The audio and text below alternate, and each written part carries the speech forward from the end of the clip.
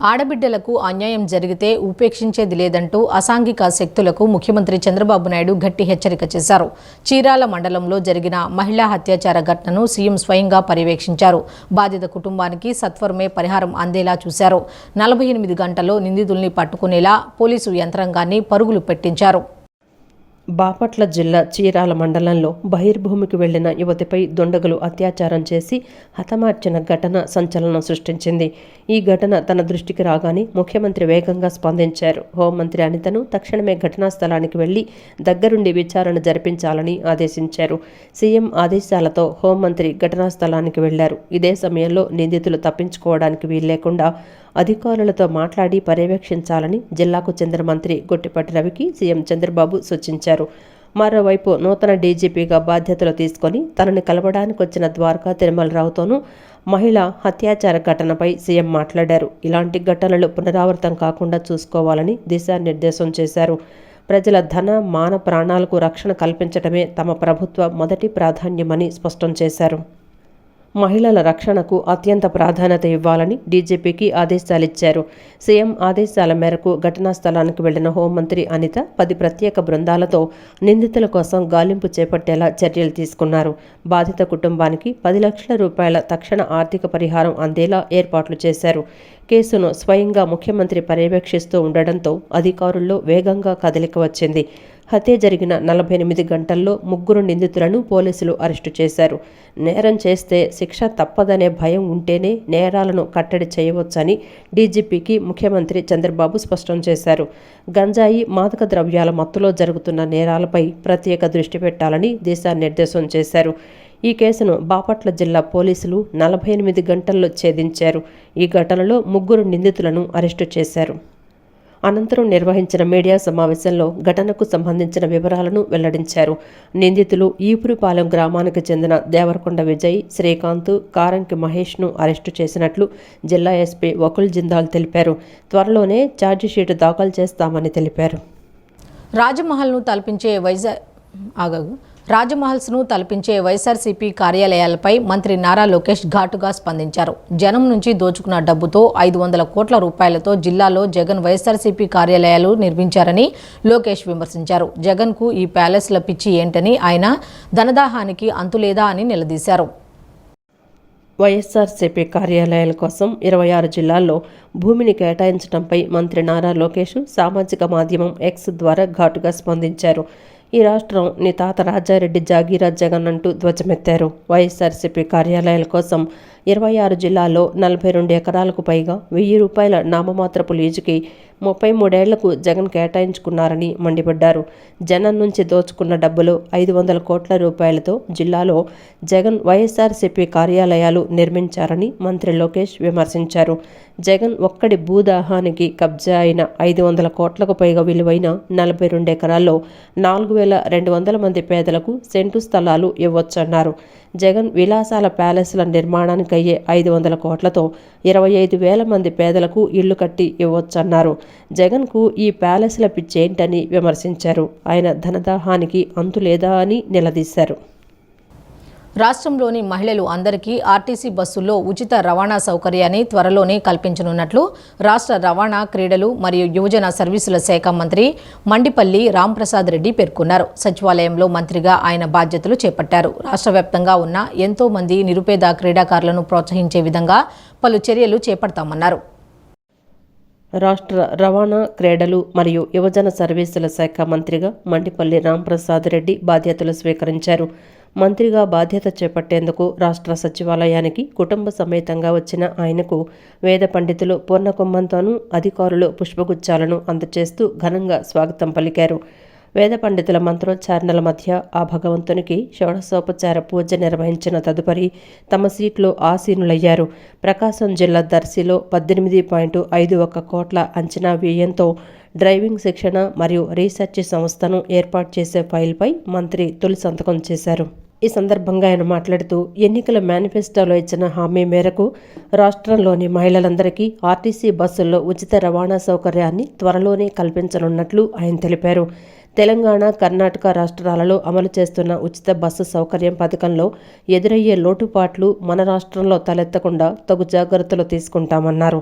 రాష్ట్ర వ్యాప్తంగా ఉన్న ఎంతోమంది నిరుపేద క్రీడాకారులను ప్రోత్సహించే విధంగా పలు చర్యలు చేపడతామన్నారు. భద్రతాపరమైన, యాక్సిడెంట్ల పరమైన ఏ విధమైన కార్యక్రమాలు చేపట్టినా రాష్ట్ర ప్రజలకు మంచి చేకూరే విధంగా ప్రమాదాల నివారణకు, అలాగే రేపు రాబోయే కాలంలో ఆంధ్రప్రదేశ్ ప్రభుత్వం ప్రవేశపెట్టిన మహిళా మూర్తులకు ఉచిత బస్సు సౌకర్యాన్ని కల్పించే విధంగా మేము ఈరోజు ఈ బాధ్యత తీసుకోవడం జరిగింది. తప్పకుండా మా ప్రభుత్వం హామీ ఇచ్చిన విధంగా ఆంధ్ర రాష్ట్రంలో మహిళా మూర్తులందరికీ రాబోయే 5 సంవత్సరాలు ఆర్టీసీలో ప్రయాణం ఫ్రీగా ఇచ్చే విధంగా మేము చర్యలు తీసుకుంటాం. అలాగే ఈ రాష్ట్రంలో స్పోర్ట్స్ పరంగా ఎందరో పేదవాళ్ళు ఉన్నారు. ఆ కుటుంబాలందరికీ క్రీడను చేరువ చేసే విధంగా కూడా ఈ రాష్ట్ర ప్రభుత్వం తరపున ఒక క్రీడా మంత్రిగా నేను బాధ్యత తీసుకుంటున్నా. అసెంబ్లీ సమావేశాలకు రావడానికి వైఎస్ జగన్మోహన్ రెడ్డి సిగ్గుపడుతున్నాడని విజయవాడ తూర్పు నియోజకవర్గ ఎమ్మెల్యే గద్దె రామ్మోహన్ విమర్శించారు. జగన్మోహన్ రెడ్డి చేసిన పాపాలే ఆయనను ఈ స్థితికి తీసుకువచ్చాయని చెప్పారు. ప్రజలు ఇచ్చిన మంచి అవకాశాన్ని జగన్ సద్వినియోగపరుచుకోలేక పోయారని ఆయన వ్యాఖ్యానించారు. ఆంధ్రప్రదేశ్ రాష్ట్రంలో ఇటీవల జరిగిన సార్వత్రిక ఎన్నికలలో కూటమి ఘన విజయం సాధించడం తెలిసిందే. అయితే విజయవాడ తూర్పు నియోజకవర్గం కృష్ణలంక 22వ డివిజన్ బ్రహ్మరాంబాపురం సెంటర్లో ఎన్డీఏ కూటమి ఆధ్వర్యంలో వేడుకలు ఘనంగా నిర్వహించారు.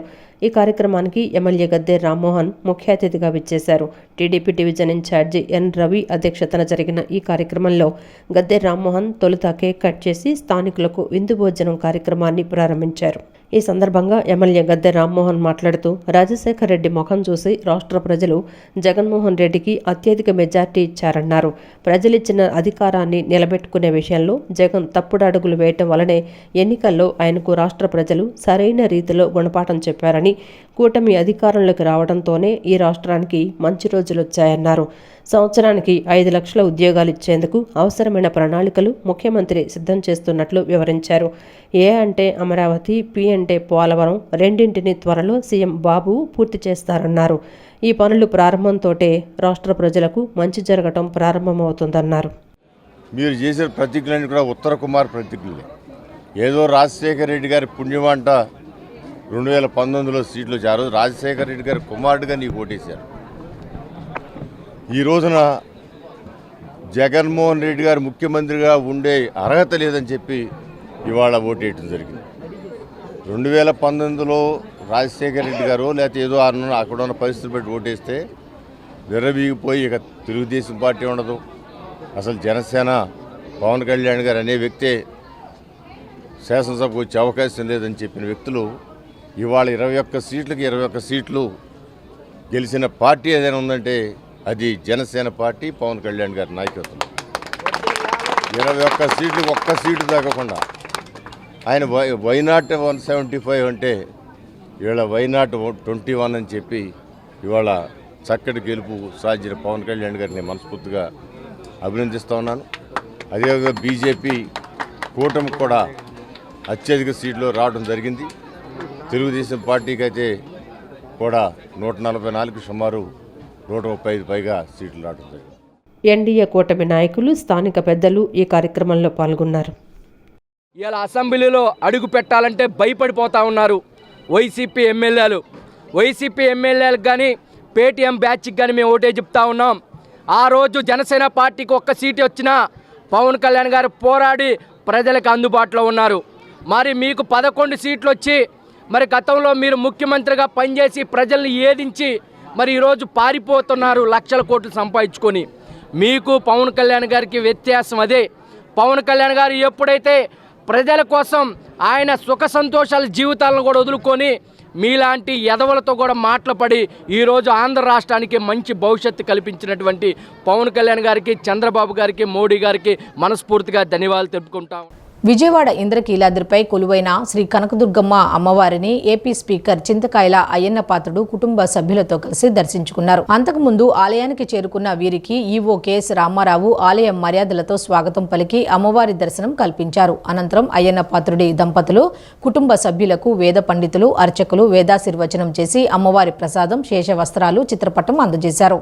రాజధాని అమరావతి పునర్నిర్మాణంపై దృష్టి పెట్టిన రాష్ట్ర ప్రభుత్వం శరవేగంగా అడుగులు వేస్తోంది. అందులో భాగంగా అమరావతిలో కేంద్ర ప్రభుత్వ సంస్థలు ఏర్పాటు చేసేలా ప్రయత్నాలు కొనసాగుతున్నాయి.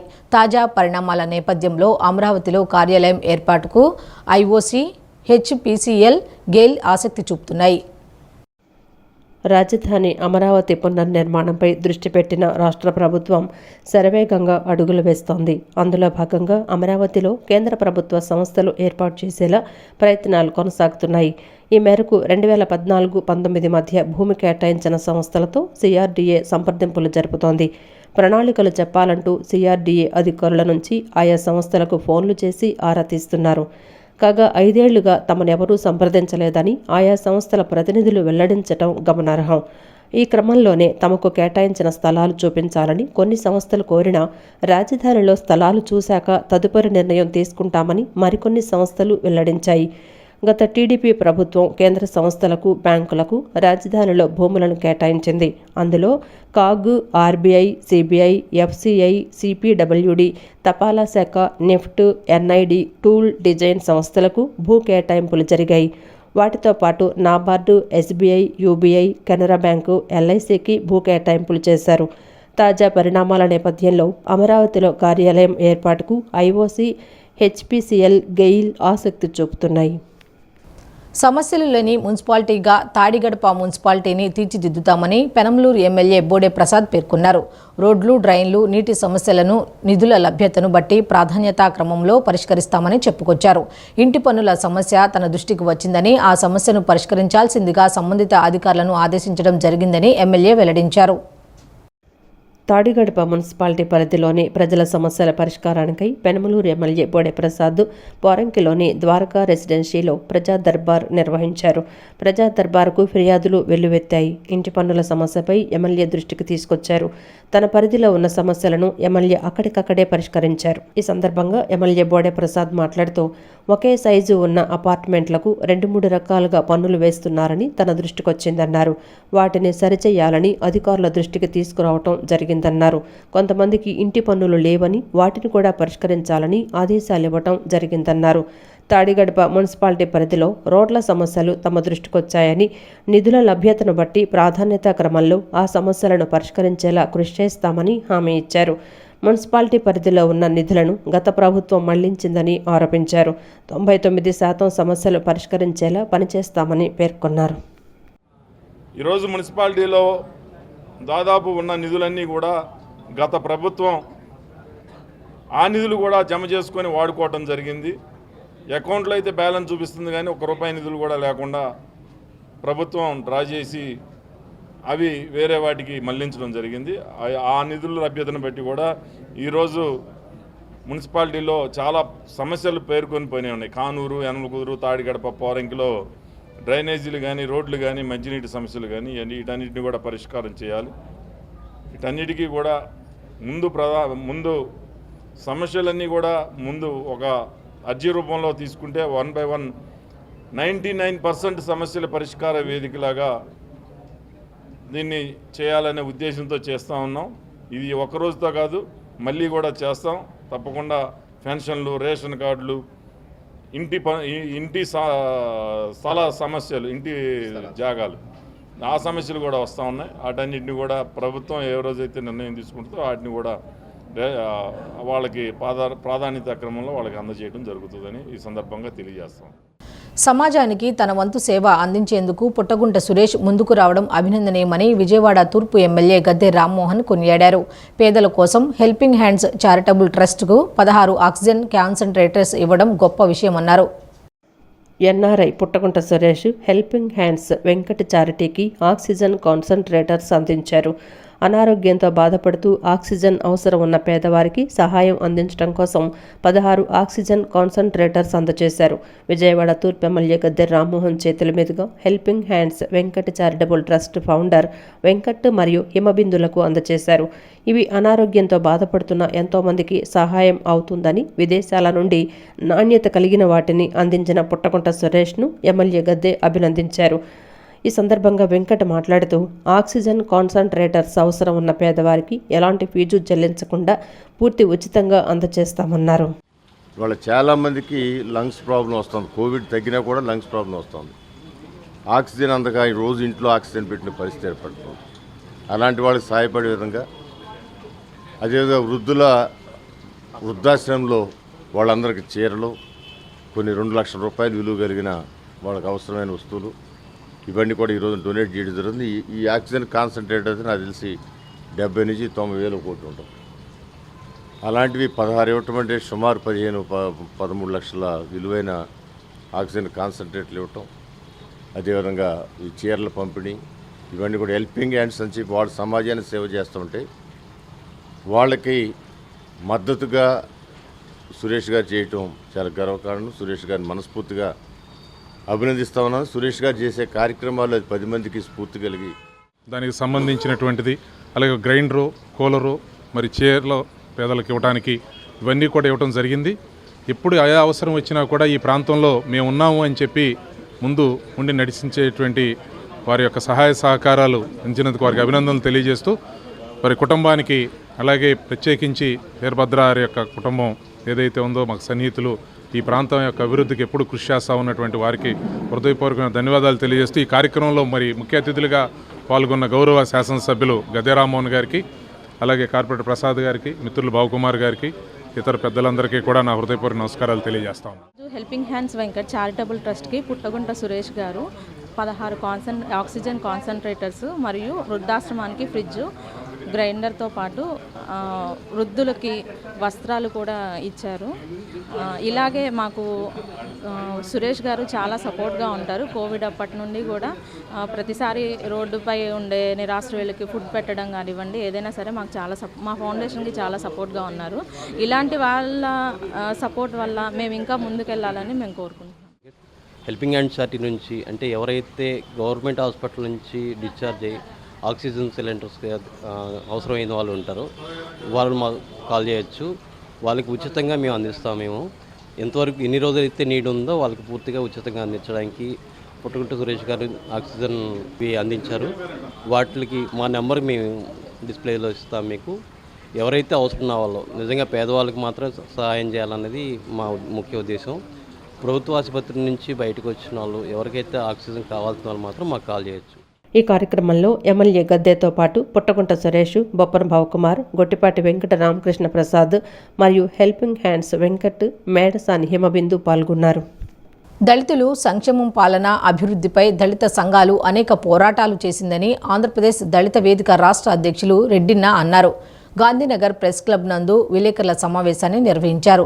రెడ్డిన్న మీడియాతో మాట్లాడుతూ వైఎస్ఆర్ కాంగ్రెస్ పార్టీ దళితులు అభివృద్ధి, సంక్షేమంపై ఉక్కుపాదం మోపటం కారణంగా దాదాపు 30 సంవత్సరాలు అభివృద్ధి వెనక్కిపోయిందని మండిపడ్డారు. వైఎస్ఆర్సీపీ పాలన పోవాలని, దళిత హక్కులు, ప్రజా హక్కులు కాపాడాలని కరపత్రాలు పంపిణీ చేసి రాష్ట్ర వ్యాప్తంగా క్యాంపెయిన్ చేశామని తెలిపారు. అన్ని రంగాల్లో సుదీర్ఘ అనుభవం కలిగిన చంద్రబాబు నాయుడు గత ప్రభుత్వం నిలిపివేసిన, దళితులు ఆపేసిన సంక్షేమ పథకాలు కొనసాగించాలని కోరారు. 27 సంక్షేమ పథకాలను అమలు జరపాలి. మరి రాజధానిలో ఉన్నటువంటి దళిత ఎస్సీ రైతులందరూ కూడా, అందరికి కూడా సమానమైనటువంటి ఏదైతే పట్టాభూములు ఉన్నటువంటి రైతులకు ఏవైతే హక్కులు ఇస్తున్నారో అదే విధమైనటువంటి హక్కులు రైతులకు కల్పించాలి. అదేవిధంగా ఎస్సీలకు 2 మాత్రమే మంత్రి పదవులు ఇచ్చారు. మరి ఇంకొక 2 మంత్రి పదవులు కూడా ఇవ్వాలన్నది మా అభ్యర్థన. అదేవిధంగా గ్రామీణ ప్రాంతాల్లో 3 సెంట్లు, అంటే 1 సెంటు, 1.25 సెంటు, 1.5 సెంటు ఇప్పుడు జగనన్న విద్యా పథకం హౌస్ అదే గృహము అనేటువంటి దానిపైన ఇచ్చారు. అవన్నిటిని కూడా బేషరత్తుగా రద్దు చేసి 3 సెంట్ల పథకాన్ని అమలు జరపాలని చెప్పేసి, గతంలో ఉన్నటువంటి 3 సెంట్ల పథకాన్ని అమలు జరపాలా, 3 సెంట్లు ఇంటిని వేసే స్థలాన్ని ఇవ్వాలని చెప్పేసి కూడా మేము ఈ సందర్భంగా డిమాండ్ చేస్తున్నాం. తాడేపల్లి ప్రభుత్వ భూమిలో అనుమతులు లేకుండా నిబంధనలకు విరుద్ధంగా నిర్మిస్తున్న వైఎస్ఆర్సీపీ పార్టీ భవనాన్ని కూల్చివేయటం పట్ల ప్రభుత్వాన్ని, అధికారులను అభినందిస్తున్నట్లు ఏపీ హేతువాద సంఘం రాష్ట్ర అధ్యక్షులు నార్నే వెంకట సుబ్బయ్య అన్నారు. దొంగ బాబాలు, స్వాములు, ఆశ్రమాలు పేరుతో ప్రభుత్వ భూములు ఆక్రమించిన వారిని గుర్తించి తక్షణమే అరెస్టు చేసి వారి ఆధీనంలో ఉన్న భూములు స్వాధీనం చేసుకోవాలని డిమాండ్ చేశారు. నగరంలోని గాంధీనగర్ ప్రెస్ క్లబ్ నందు హేతువాద సంఘం రాష్ట్ర అధ్యక్షులు నార్న వెంకట సుబ్బయ్య విలేకరుల సమావేశాన్ని నిర్వహించారు. తాడేపల్లి ప్రభుత్వ భూమిలో అనుమతులు లేకుండా నిబంధనలకు విరుద్ధంగా నిర్మిస్తున్న వైఎస్ఆర్ పార్టీ భవనాన్ని కూల్చివేయటం పట్ల ప్రభుత్వాన్ని అధికారులు అభినందిస్తున్నట్లు తెలిపారు.